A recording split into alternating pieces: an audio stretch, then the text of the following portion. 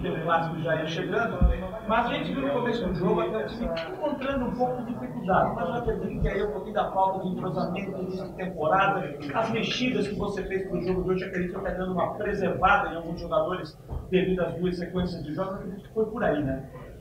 Não, era uma coisa natural que não houvesse um entrosamento. Esse time treinou ontem 20 minutos com essa formação e era natural que não houvesse aquele encaixe, aquela automatização.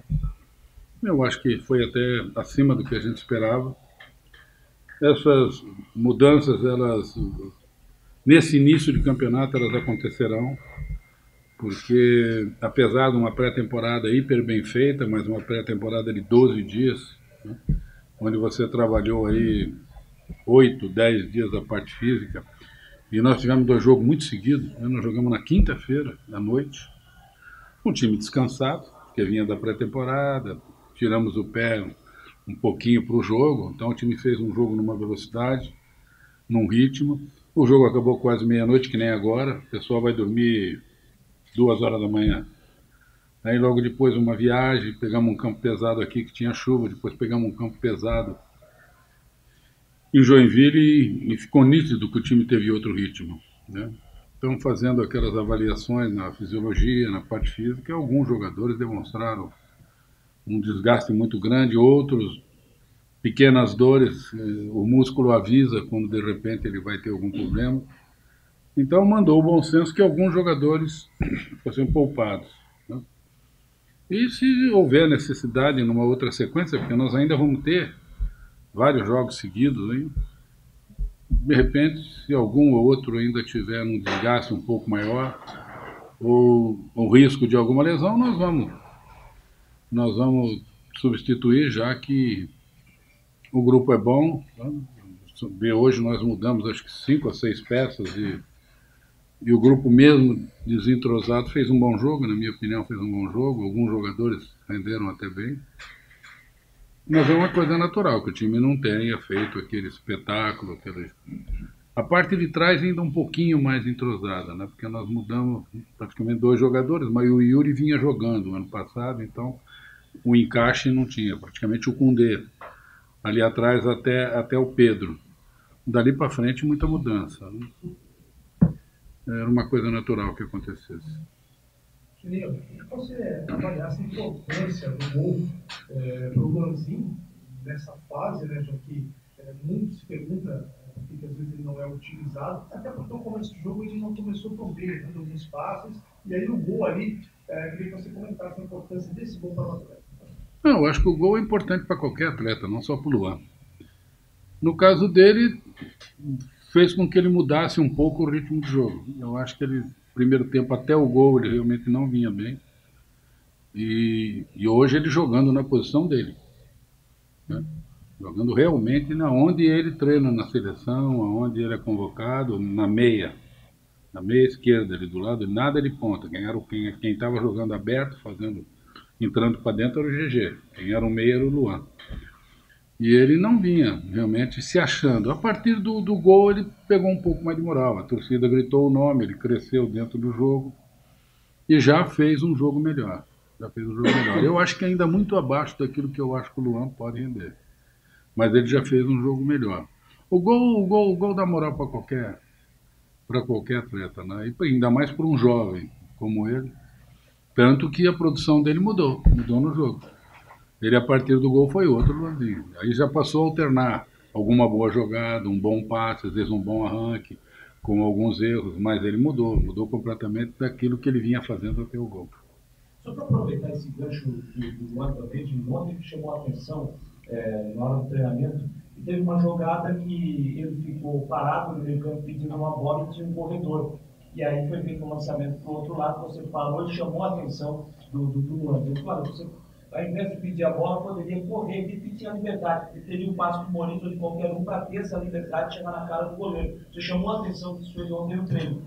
E no gol dele, quando ele recebe aquela bola do GG na esquerda, ele dá o passe pro Gabriel Lima na direita e não fica parado, ele se movimenta. e aí ele vem e acaba fazendo o gol de cabeça. Ou seja, algumas coisas que às vezes não precisa pegar aquilo que se faz no treino, que se cobra fazendo, já dando resultado hoje. Não, mas é bom. Você vê que ele viu o espaço e penetrou. Né? Porque nós tínhamos conversado com ele no treinamento um pouco antes de acontecer isso. Eu tinha falado para ele, ó, o Getúlio está no meio dos dois zagueiros. Quando o Getúlio puxar para um lado ou para o outro, ele vai levar o zagueiro com ele. Você penetra. Eu acho que não demorou 2 minutos a acontecer o lance. E ele estava de costa pedindo a bola para girar, em vez de atacar o espaço. Aí eu parei e mostrei para ele. Falei, ó, era aqui o espaço. E hoje ele penetrou no espaço. Muito bom, que você faz uma correção na véspera e o jogador faz um gol penetrando no espaço. Se ele tivesse ficado torcendo lá fora, se ele não tivesse acompanhado, se ele tivesse dado o passe e vendo o que ia acontecer, ele não faria o gol. Então é muito bom que um garoto como ele, né, vá se corrigindo dentro de algumas valências. É o que eu digo, eu acho o Luan tem um potencial muito grande, é um jogador que no meu caso não posso reclamar. Toda vez que a gente corrige ele em alguma coisa, ele tenta se corrigir, e quando acontece um fato desse, é até bom para o treinador, você pode falar para ele, ó, tá vendo aquilo que eu te pedi, o que aconteceu? Né? Dá até mais força naquilo que você faz como uma orientação. E serve também de exemplo para os outros. Né? Porque quando você fala para um, vale para todo mundo. Quando eu converso com um meia, eu converso com todos os meias. Quando eu falo com o zagueiro, praticamente eu falo com todos os zagueiros. Então é muito bom porque a gente, nesse começo de trabalho, onde a gente tem muita coisa para corrigir, tem muita coisa para se acertar, né? As coisas acontecem, você corrige alguma coisa, muito bom que você tivesse e lembrou isso, as coisas acontecem e elas dão um resultado positivo. Eu acho que foi muito bom para o Luan, muito bom para ele fazer um gol, dar moral para ele, faz com que ele cresça, com que ele continue batalhando por um espaço. Eu acho que ganha todo mundo, ele e o clube. Boa noite. Até que ponto essas 6 modificações que entraste em campo hoje, elas influenciam na tua escalação para o clássico desse domingo? E aproveito para fazer uma pergunta, qual é o goleiro que tu vai ter à disposição para esse jogo, diante da lesão do Lucas, mais a possibilidade de outras 2 contratações? No momento, o Léo. Se eu não tiver nenhuma novidade até domingo, jogo o Léo. E vem vindo bem, fez 2 bons jogos e tem toda a nossa confiança. Eu não tenho nenhuma novidade em relação ao Lucas, vamos ver como a avaliação dele amanhã. Não tenho ainda nenhuma confirmação em relação à chegada e à liberação de algum goleiro. Então, no momento, o goleiro que eu tenho em condição de jogar é o Léo. Em relação às mudanças, é claro que cada vez que eu faço alguma mudança e os jogadores aproveitam a oportunidade, vão dando a mim como treinador um leque maior de opções para você fazer um time. Para você ou começar com alguma mudança ou mudar durante o jogo. Eu não gosto de falar, não é porque é o clássico não, vocês que estão comigo há algum tempo sabem, eu não gosto de falar no que eu vou fazer no dia do jogo. Eu ainda estou com o jogo na cabeça, eu ainda vou analisar tudo isso com mais calma, depois sentar com o pessoal da comissão, trocar ideia, ver se a minha visão bate com a deles, ou se nós temos algumas visões, algumas opiniões diferentes, divergentes. E aí a gente começa. Nós temos um tempo um pouco maior, graças a Deus jogamos na quarta, né? Não vamos jogar na quinta para domingo, não vamos ter viagem. Então o período de descanso vai ser maior, aquele pessoal que teve desgaste deve ser avaliado normalmente amanhã. Acredito que descansaram, aqueles que estavam sentindo alguma coisa ficaram tratando. Você vê o caso do Daniel, o Daniel não veio nem para o banco. Né? A opção do Daniel foi realmente ficar somente tratando, vamos ver como é que reage o Daniel. Para que a gente depois vê o que eu tenho à disposição, e aí na sexta-feira a gente deve fazer um trabalho. E em cima desse trabalho da sexta-feira a gente encaminha praticamente o time que vai jogar. Mais uma vez a qualidade ofensiva do Julinho. A ideia é usar ele assim, como ponta pela esquerda, sempre deixando o lateral? Não, ele foi contratado como lateral, mas ele pode fazer uma dobra. Ele tem essa característica, ele me dá essa opção. O nosso adversário, o Ercílio, tinha um volume bom ali por aquele lado, e o Yuri já estava um pouco cansado. E eu sei também que a melhor qualidade do Julinho não é a marcação. Então não adiantava eu trocar o Julinho pelo Yuri, que eu ia continuar tendo problema ali, porque o Yuri não é excepcional marcador. Ele tem na ofensividade a sua melhor qualidade. Então eu optei por uma dobra. Acabou funcionando, porque ele acabou metendo uma bola boa, né? E aí saiu o gol. É bom que você tenha o jogador com essas características, né? Nos dá essa opção. Me deu a opção de ver num jogo alguma coisa que eu possa utilizar em outros. De repente, até começando um jogo assim, tudo depende da necessidade. Gerinho, Antônio Rodrigues, Emissão TV Tubarão. Primeiro eu quero cumprimentar, né, pela chegada até a Obrigado. né? Obrigado. Catarina tem mais um representante bacana, legal. E te perguntar, porque, sinceramente, eu acompanho lá, foi o melhor jogo do Ercílio Luz no primeiro tempo.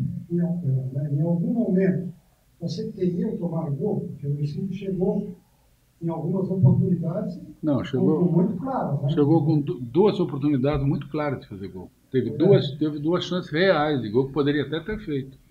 Eu acho que fez um bom jogo, sim. Eu acho que gostei do time do Ercílio, um time bem arrumado, um time forte, um time alto, um time que tem uma bola aérea bastante preocupante, uma boa cabeçada na defesa do Léo, né? Depois, fora esse, tiveram mais dois lances, uma bola que atravessou e uma bola batida que não fez a curva.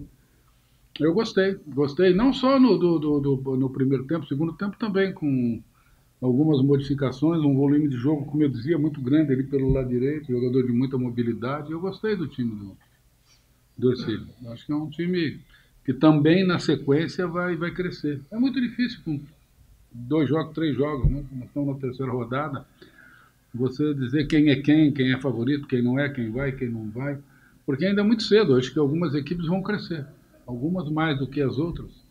Então é importante que você no começo da caminhada vá somando pontos, porque o campeonato com certeza vai ficando mais difícil a cada rodada. Genil, eu queria que você fizesse uma avaliação do André Moritz hoje. Ele teve a oportunidade de começar jogando, a gente sabe que é um jogador que pode render muito mais, e a gente viu também o jogador pegando bastante no pé dele, principalmente no primeiro tempo. Que avaliação você faz do Moritz no jogo de hoje? Não, acho que ele foi relativamente bem. Eu acho que o Moritz chegou um pouco fora dos parâmetros na pré-temporada, um jogador que sofreu um pouco mais que os outros para chegar na sua condição ideal, né? Mas eu acho que foi bem, errou como outros erraram, acertou algumas coisas como outros acertaram, tá? Eu acho que tentou fazer o melhor, e é uma coisa natural, que o torcedor, de repente, num erro, não criticaram só o Moreira, eu vi a pouco em cima de outros também, né? O torcedor, de repente, escolha um naquele jogo para criticar mais. É uma coisa natural, o Moreira é um jogador experiente, está preparado para isso. Juninho, há uma expectativa, principalmente da torcida aí, sobre a possibilidade da utilização do Marquinhos no clássico. Já adiantaste que não vai falar sobre o time, gostaria de saber se na tua cabeça tu pensa nele e conta com ele nesse jogo do time. Não, porque o Marquinhos ainda está cumprindo pena. Tá? O Marquinhos ainda não tem condição de ser utilizado, porque ele está cumprindo o resto daquelas... Se eu não me engano, ele tinha tomado 6 partidas, teve 2 que acho que já cumpriu ou não cumpriu, depois ele tinha entrado com efeitos vencíveis, esse efeito caiu e ele tem que cumprir mais 4. Então, mais 4 não, agora mais uma. Então ele tinha que cumprir 4 partidas quando nós chegamos. Nós fizemos a terceira rodada do campeonato, ele tem a 4ª. Tá? Mesmo porque o Marquinhos não tinha, mesmo se ele tivesse condição, ele não tinha condição ainda física de fazer nenhum pedaço bom do jogo. Não adianta botar o Marquinhos para jogar 10 minutos, 15 minutos. É bom quando o Marquinhos for fazer essas 2 partidas que faltam, fazer um bom período, como ele vinha fazendo, 30, meio tempo. Né? Então dá ao Marquinhos uma condição que ele tenha uma despedida honrosa, uma despedida boa. Vamos conversar com o Marcos que vai me falar quando ele pode jogar. Vai depender mais dele do que de mim. Quando o Marquinhos falar, chefe, eu acho que eu tenho condição de entrar no jogo. Aí nós vamos sentar e vamos ver quando o Marquinhos, por exemplo, vai fazer o penúltimo e o último jogo para atingir o número, né? Um número mágico. De repente se faz uma boa despedida num jogo bom, talvez não num jogo fora, num jogo aqui, para que o torcedor faça uma festa, mas vamos depender do Marquinhos. Na hora que o Marquinhos me der sinal verde, eu vou sentar com ele, com a diretoria, e vamos encaminhar uma despedida com o Marquinhos e, ao mesmo tempo, pensando em ganhar o jogo, né? Que o Marquinhos estiver dentro, porque nós temos um campeonato difícil aí, uma fase classificatória onde nós não podemos abrir mão de somar, de somar pontos. Cada vez fica mais claro que tem um atleta aí que tem uma confiança total e se destaca pela versatilidade.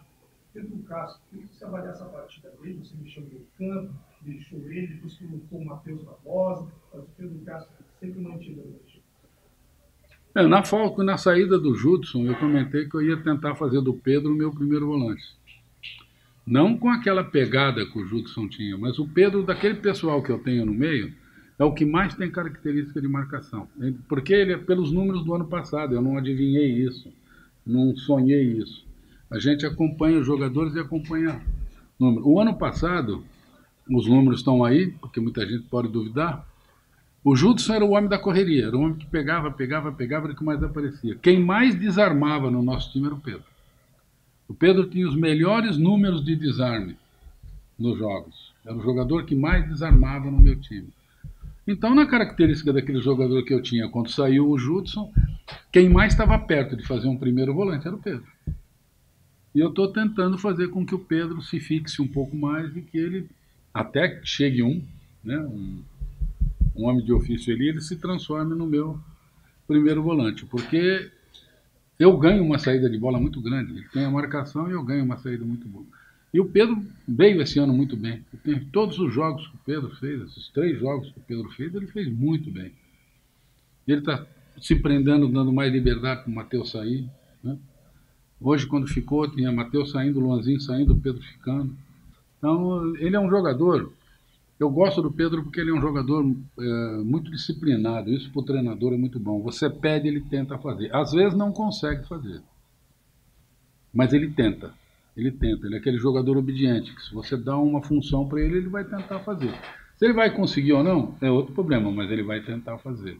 E ele está tentando fazer essa função de primeiro volante ou do volante de mais marcação, porque às vezes ele tem facilidade para sair para o jogo e eu não prendo ele assim, até falo para ele, quando abrir o corredor alguém fica para você, você vai embora. Mas ele está tentando se fixar mais e eu estou muito satisfeito com as partidas do Pedro.